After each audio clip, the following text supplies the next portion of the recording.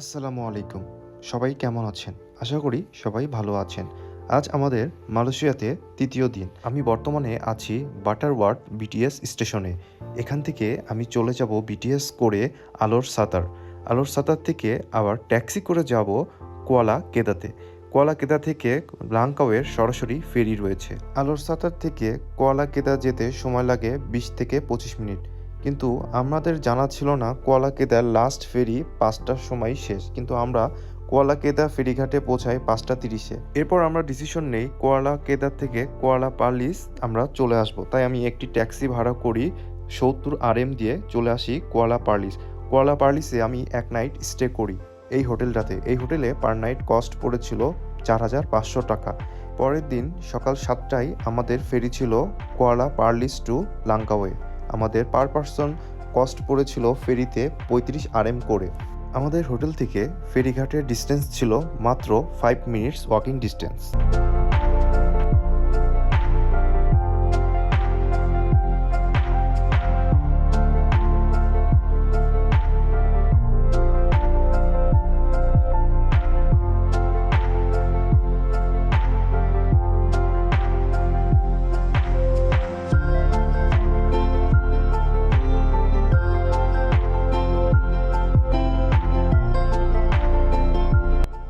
Almost ২ ঘন্টা journey করার পরে আমরা চলে আসি লাংকাওয়ে। লাংকাওয়ের এই জেটিঘাট থেকে আমাদের হোটেলটি বেশ দূরে ছিল, কেননা আমরা চেনাংয়ে হোটেল নিয়েছিলাম না, আমরা হোটেল নিয়েছিলাম কুয়াতে।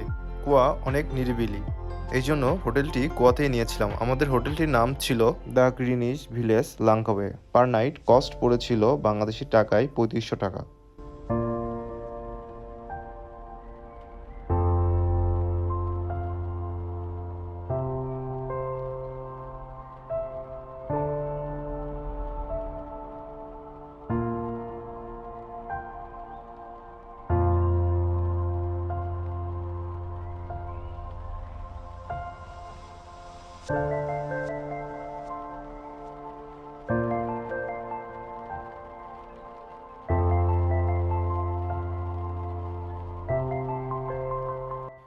দুই দিনের জন্য আমি এই বাইকটি ভাড়া করি। আমার কস্ট পড়েছিল ২ দিনের জন্য অনলি ৮০ RM। বাইক ভাড়া নেবার আগে অবশ্যই ভালো করে ভিডিও করে প্রুফ হিসাবে রাখবেন।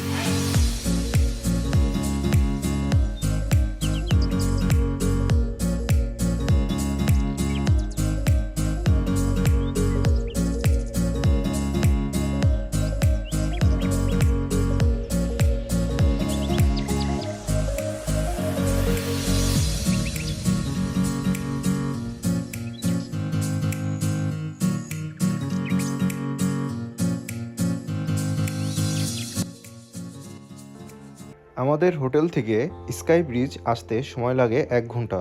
দূরত্ব ছিল ৩০ কিলোমিটার। স্কাই ব্রিজের পার পারসন টিকিট পড়েছিল 89 RM। এখানে আমাদের সাথে ইনক্লুডিং ছিল স্কাই ব্রিজ, ক্যাবেল কার এবং 3D আর্ট।